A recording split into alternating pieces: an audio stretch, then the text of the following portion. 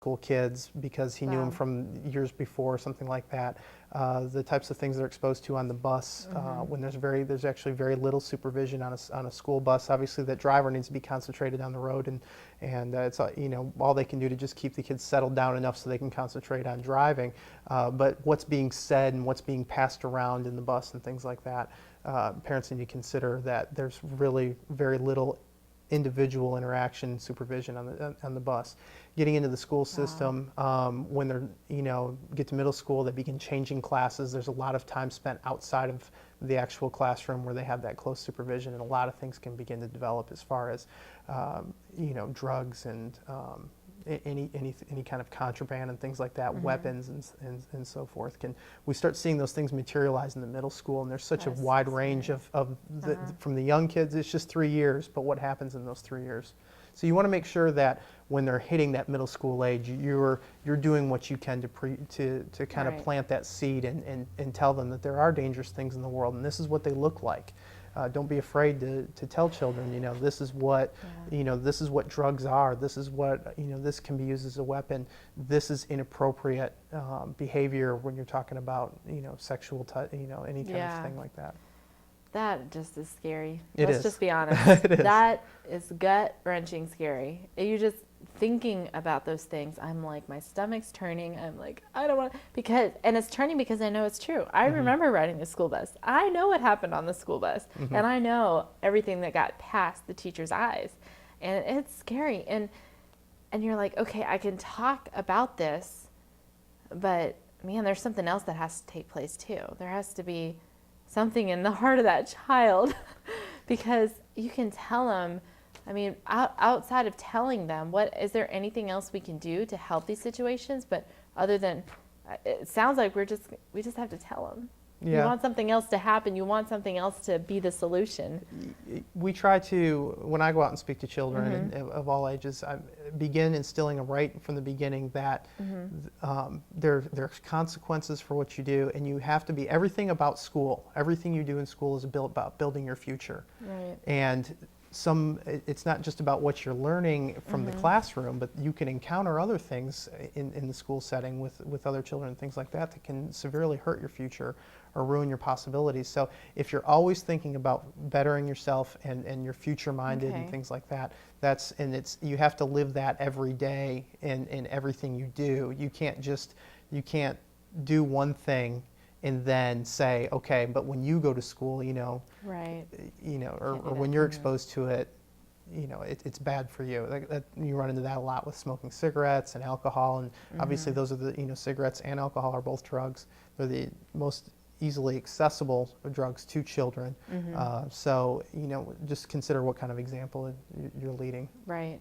So the other thing that you had talked about, that you get to deal with a lot of crime prevention, and just want to turn our minds towards what is it that really prevents crime, and what are the things that we really need to look out for, because none of us want our kids to get involved in any of that stuff. We want to prevent that. What else can we do? I mean, I love what you said about, before you answer, just I want to say that I love what you said about talking to them about the future perspective, that just like when I think it was the first time when I was in college that I got for the first time that the paper I'm writing is actually going to help me get that first job. Yeah. Or, it's so hard to connect them.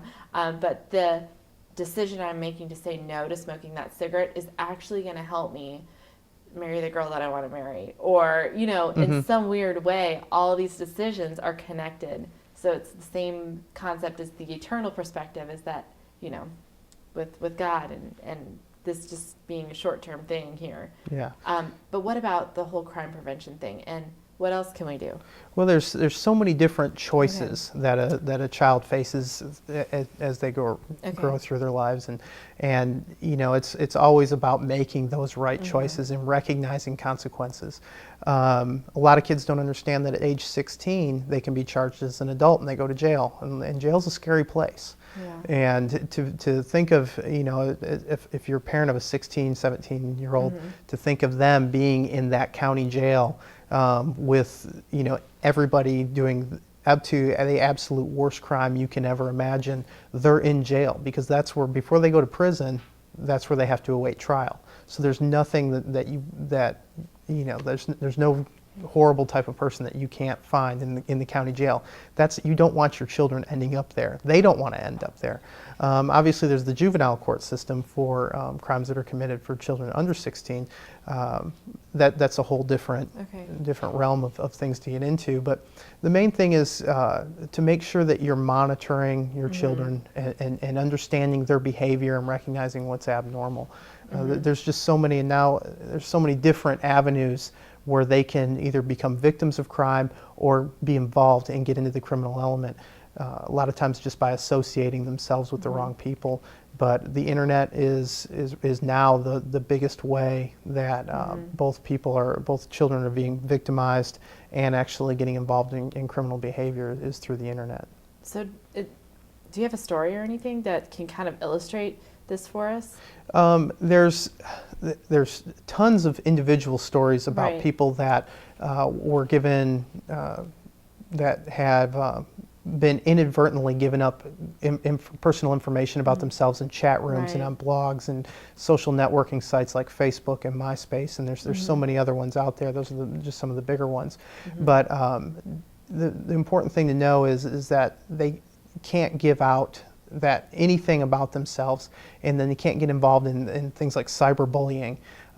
Now it's going on with text messaging and cell phones, and we don't have enough time to really get into all of that. Yeah. But just all you can really stress to the parents is to check the cell phones, check the internet records of sites that they visited and things like that. Netsmarts.org, NETSMARTZ.org. NetSmarts is an excellent source that can go, but talking about stories, there was a 15-year-old girl that ended up running away with a man that she met over the internet, and she was gone for a couple weeks with him. She voluntarily left with him after developing a relationship with him Wow. online, and he was a convicted sex offender, and fortunately, she was able to get out of that situation before it got bad. But that's one that I personally know about. There's so many more stories out there where the unthinkable happens. Yeah, and it's so important, you guys, that when we're talking about all of this and hearing these stories, is to not get so anxious. So thank you for joining us, and just remember that you are not alone. See you next time.